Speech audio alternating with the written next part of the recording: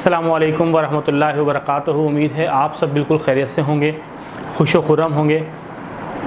आज एक नई वीडियो के साथ आप सबके सामने हाजिर हैं। आज के जो टॉपिक या आज की जो बातों की सिलेक्शन है वो है दो चीज़ों को मद्देनज़र रखते हुए। एक तो ये कि आज के जो हमारे मौजूदा हालात चल रहे हैं, सब अपने घरों में क़ैद हैं। कुछ लोग तो काफ़ी परेशान हैं जिनको आगे की उम्मीदें भी नज़र नहीं आती हैं। कुछ लोग इतने परेशान हैं कि चलें आज का वक्त जैसे तैसे गुजारते हैं, आगे देखेंगे कि क्या होगा, क्या कब तक ख़त्म होंगे ये मामले, कब तक लॉकडाउन चलेगा, कब तक ये पैंडमिक सिचुएशन चलेंगी। कुछ लोग अपनी सेहत को लेकर परेशान हैं। इन लोगों को इस माहौल को, इस सिचुएशन को सोचते हुए और साथ साथ लोगों के परेशान जहनों को सोचते हुए आज की वीडियो का इंतखाब किया गया है। जब वर्ल्ड वॉर 2 हुई तो बहुत सारे कंसंट्रेशन कैंप बनाए गए थे जिसमें बहुत सारे लोगों को कैद करके ले जाया गया था। तो उसमें एक शख्स विक्टर फ्रैंकल को भी ले जाया गया। वो कैंप्स इतने ख़तरनाक थे कि अच्छे खासे सेहतमंद लोग चंद दिनों में ही वहाँ पर अपनी जान से हाथ धो बैठते थे। वहाँ पर खाना और कपड़े यूँ समझ लें कि ना होने के बराबर होते थे। वहाँ ले जाया ही सिर्फ सेहतमंद लोगों को जाता था। जो कमज़ोर होते थे उनको तो पहले ही गैस चैम्बर में ले जाकर जान से मार दिया जाता था।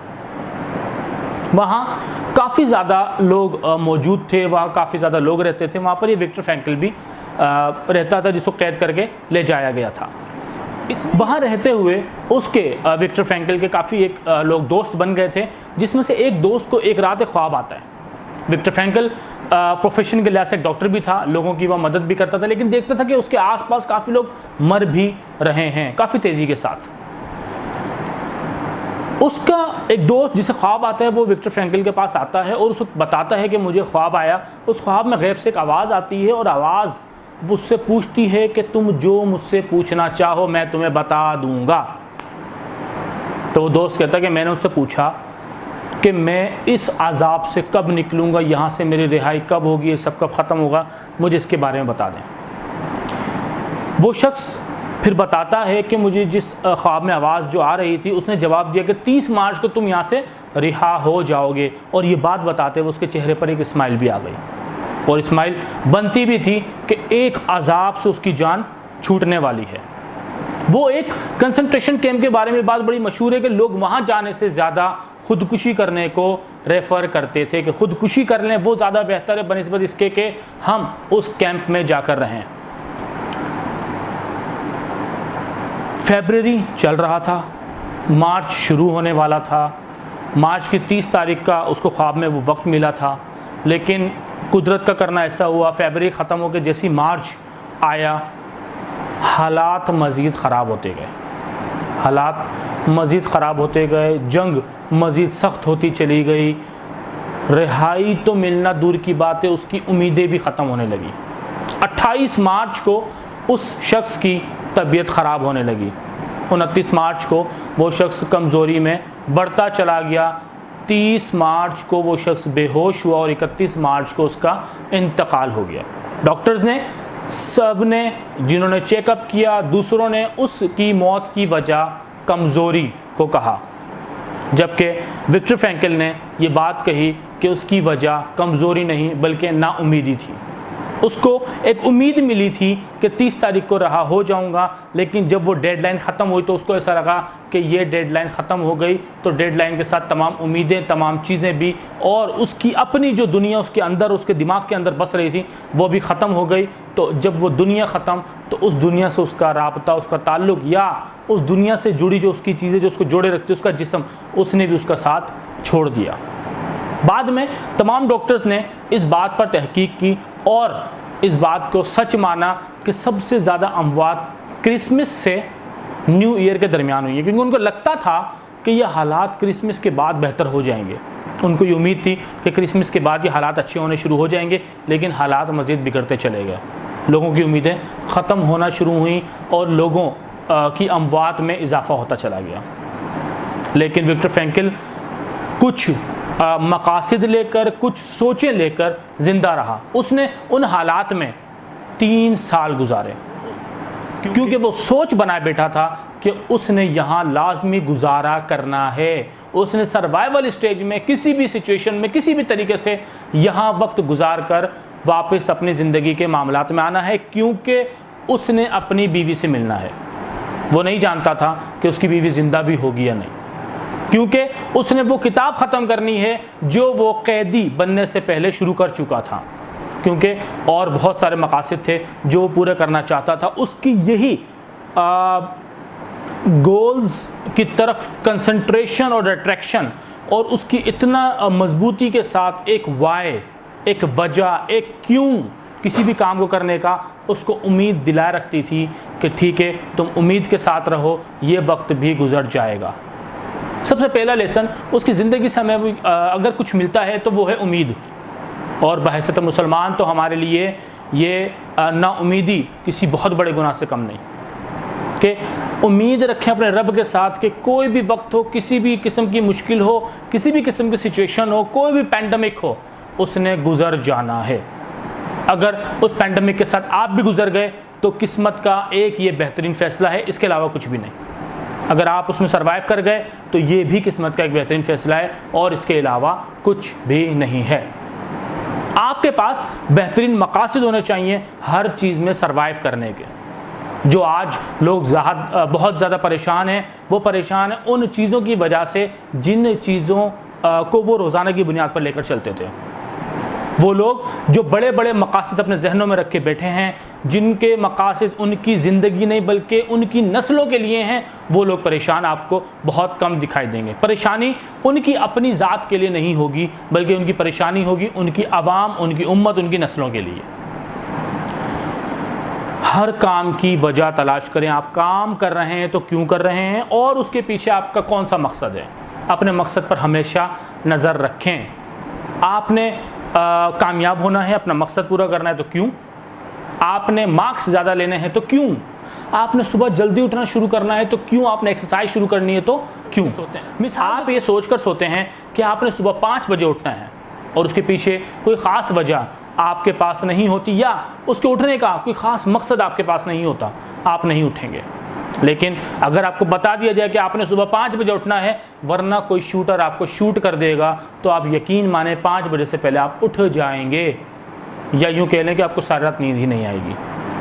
आपके पास आपका मकसद और उस मकसद की वजह आपको आगे के लिए पुरुम्मीद रखते हैं। इस पुरुम्मीदी के साथ आगे एक और बात मैं आप लोगों के साथ शेयर करूँगा। एक रूल बयान होता है जिसको रूल ऑफ एम्प्टीनेस कहते हैं, कि हर चीज़ खाली है, हर चीज़ एम्प्टी है। उसको मीनिंग हम देते हैं। कोई भी सिचुएशन हो, कोई इंसान हो, कोई चीज़ हो या कोई मामला हो, वो खाली होता है। कोई जहन हो वो खाली होता है, कोई शख्सियत हो वो खाली होता है। कहते हैं बच्चों को शैतान ना कहो, उनके सबकॉन्शियस में ये बातें जाती हैं। किसी को बुरा ना कहो, उसके सबकॉन्शियस में ये बात जाती है। इसी तरीके से हर सिचुएशन को मीनिंग हम देते हैं। हमारे माशरे में ख़ासतौर पर बर्र सग़ीर में तो ये मीनिंग देने वाला मामला हद से ज़्यादा है। एक मिसाल के साथ समझाता हूँ। बिल्ली, काली बिल्ली अगर आपके आगे से गुज़र गई है तो आप रास्ता बदल लें। आपने उसको तोहमत की मीनिंग दे दी है, आपने उसको माज़रत के साथ अब शगुन या अब शगुन व्हाट्सो एल्स क्या होता है ये, तो उसकी मीनिंग आपने इसको दे दी है। हम मीनिंग्स खुद देते हैं। दूध गिर गया है तो वो अच्छा नहीं हुआ, कुछ बुरा होने वाला है। घर की चौखट पे कौवा आ गया तो वो बुरा होने वाला है। इसी तरीके से ये मीनिंग्स दे देकर हमारी नॉर्मल लाइफ में भी मीनिंग्स देने की आदत बनती चली जाती है। आपके साथ कोई गाड़ी तेज़ी के साथ गुजरती है, आप उसको मीनिंग देना शुरू कर देते हैं। पागल है, बेवकूफ़ है, इसका दिमाग ख़राब है, आगे जाकर ठुकेगा, मरेगा। आपको इससे क्या कंसर्न है? आप इस सिचुएशन को मीनिंग क्यों दे रहे हो? अगर आपको मीनिंग देने की आदत है तो मीनिंग को पॉजिटिव दे दें। किसी भी सिचुएशन के साथ आपने ही डील करना होता है। सिचुएशन में खुद कोई मीनिंग नहीं होती, उसको मीनिंग आप देते हो। डील आपने करना है, मीनिंग आप देते हो, तो नेगेटिव क्यों देते हो? पॉजिटिव मीनिंग दें और फिर उसके साथ पॉजिटिविटी के साथ डील करें। आप भी खुश रहेंगे और मामलात भी आपके आसानी के साथ निपटेंगे। कोरोना है, आपको बहुत सारे लोग इस सिचुएशन में मीनिंग्स देते हुए नजर आएंगे कि डॉक्टर्स खुद जहर के इंजेक्शन लगा रहे हैं, गवर्नमेंट को लोग मारने के पैसे मिले हुए हैं, जितने ज़्यादा केस होंगे गवर्नमेंट को बाहर से पैसा मिलेगा, ना जाने कितने लोग किस किस्म की आपको इस हाल में भी मीनिंग्स देते हुए दिखाई देंगे। सिचुएशंस को मीनिंग्स ना दें, अगर देनी है तो आप पॉजिटिव मीनिंग्स दें, ठीक है। पॉजिटिव मीनिंग्स देने से आपके अंदर पॉजिटिविटी आएगी। माशरा पॉजिटिव हो ना हो, इसको अगर हम साइड पे रख दें, आप में पॉजिटिविटी आएगी और आपसे ही आपकी दुनिया बनती है। आपकी दुनिया तो पॉजिटिव इंशाल्लाह हो जाएगी। इसके साथ एक और बात मैं आखिरी ऐड करता हूँ, और वो ये है कि सिचुएशंस को मीनिंग्स तो दें, सिचुएशंस के साथ एक काम और करें, हमेशा सिचुएशंस में रिस्पॉन्ड करें, रिएक्शन अपना कभी भी ना दें। इसमें थोड़ा सा फ़र्क है। रिएक्शन देने वाले बिना सोचे बिना समझे रिएक्शन देते हैं, रिएक्शन देने वाले दूसरों पर ब्लेम्स देते हैं, रिएक्शन देने वाले अपनी फीलिंग्स पर कंट्रोल नहीं रखते, क्योंकि वो हालात के अंदर जकड़े हुए होते हैं। जो सामने से किसी का अमल आता है वो उसके ऊपर कोई भी एक रिएक्शन दे बैठते हैं। रिस्पॉन्ड करने वाले सिचुएशन पर रिएक्शन देने के बजाय सबसे पहला अमल सिचुएशन को समझने का करते हैं, उसके पीछे की वाई, उसके पीछे की कॉज एनालिसिस करते हैं, ये मसला पेश क्यों आया। डायग्नोस एनालिसिस कर लेने के बाद, उसको समझ लेने के बाद एक प्रॉपर एक्शन प्लान तैयार करते हैं कि अब इस मसले को हल कैसे करना है। हम बहुत सारी चीज़ों के साथ डील इस तरीके से नहीं करते कि उसको हल कैसे करें, डील इस तरीके से करते हैं कि अब इसको रिएक्ट कैसे करें, हम इसको जवाब कैसे दें। अगर किसी ने गाली दी है तो मैंने उसको रिएक्शन में या तो गाली देनी है, थप्पड़ मारना है। अगर किसी ने गाली दी है और आप उसके रिस्पॉन्ड करते हो तो आप उसको समझोगे इसने गाली क्यों दी है, उसकी तरबियत ऐसी थी या उसको किसी ने मेरे मुतालिक कोई बात गलत या झूठ बयान कर दी थी। अगर आप बाशऊर इंसान हो, आप रिस्पॉन्ड करने वाले हो, आप उस सिचुएशन को समझोगे। सिचुएशन को समझ लेने के बाद आप उसके पास जाकर उससे ज़रूर पूछेंगे इसकी वजह क्या बनी। जब बात क्लियर करेंगे तो इंशाल्लाह वो शख्स आपको ही नहीं, क्या पता वो गाली ही देना छोड़ दें। हम मसाइल को ख़त्म करने के बजाय ख़ुद मसले का हिस्सा बन के मसले का एक कंपाउंड इफ़ेक्ट बन जाते हैं, यानी कि मसला बढ़ाने का सबब बन जाते हैं। आखिरी लाइन के साथ इस वीडियो को एंड करेंगे कि आपकी ज़िंदगी का सबसे बड़ा सरमाया है जिसको कोई नहीं चुरा सकता, लेकिन एक बहुत बड़ा मसला है, आप खुद उठाकर इसको माहौल, लोग और माशरे के हाथ में थमा देते हैं। अपने ज़िंदगी की ड्राइंग में खुद रंग भरें, ये बड़ी रंगीन है। जज़ाकल्लाहु खैरा।